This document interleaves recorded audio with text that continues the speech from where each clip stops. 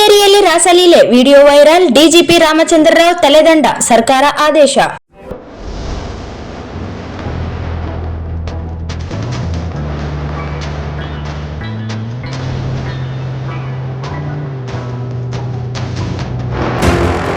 ಕಚೇರಿಯಲ್ಲಿ ಪೊಲೀಸ್ ಸಮವಸ್ತ್ರದಲ್ಲಿರುವಾಗಲೇ ಮಹಿಳೆಯರ ಜೊತೆ ರಾಸಲೀಲೆ ನಡೆಸಿದ ವಿಡಿಯೋ ವೈರಲ್ ಆದ ಕಠಿಣ ಕ್ರಮಕ್ಕೆ ಮುಂದಾಗಿರುವ ರಾಜ್ಯ ಸರ್ಕಾರ ನಾಗರಿಕ ಹಕ್ಕು ಜಾರಿ ನಿರ್ದೇಶನಾಲಯದ ಡಿಜಿಪಿ ರಾಮಚಂದ್ರ ರಾವ್ ಅವರನ್ನು ತಕ್ಷಣವೇ ಹುದ್ದೆಯಿಂದ ಅಮಾನತುಗೊಳಿಸಿ ಆದೇಶ ಹೊರಡಿಸಿದೆ.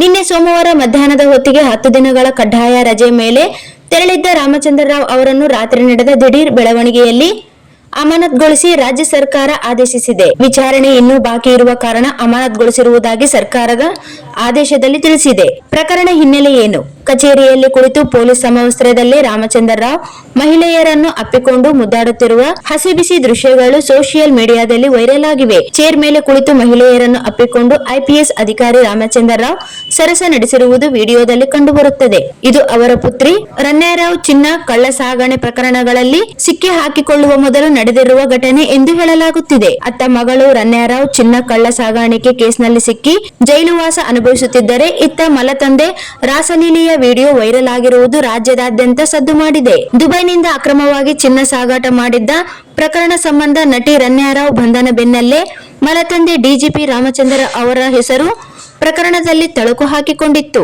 ನಟಿ ರನ್ಯಾರಾವ್ಗೆ ವಿಮಾನ ನಿಲ್ದಾಣದಲ್ಲಿ ಪ್ರೋಟೋಕಾಲ್ ನೀಡಿದ ಬಗ್ಗೆ ತನಿಖೆಗೆ ಕರ್ನಾಟಕ ಗೃಹ ಇಲಾಖೆ ಆದೇಶಿಸಿತ್ತು. ಚಿನ್ನ ಸ್ಮಗ್ಲಿಂಗ್ ಪ್ರಕರಣದಲ್ಲಿ ರಾಮಚಂದ್ರ ರಾವ್ ಕೂಡ ಶಾಮೀಲಾಗಿರಬಹುದು. ದುಬೈನಿಂದ ಬೆಂಗಳೂರಿಗೆ ಚಿನ್ನ ಸಾಗಿಸುವ ಶಿಷ್ಟಾಚಾರ ದುರ್ಬಳಕೆ ಆಗಿರುವುದರಲ್ಲಿ ಅವರ ಕೈವಾಡ ಇರಬಹುದು ಎಂದು ತನಿಖೆಗೆ ಆದೇಶ ನೀಡಲಾಗಿತ್ತು.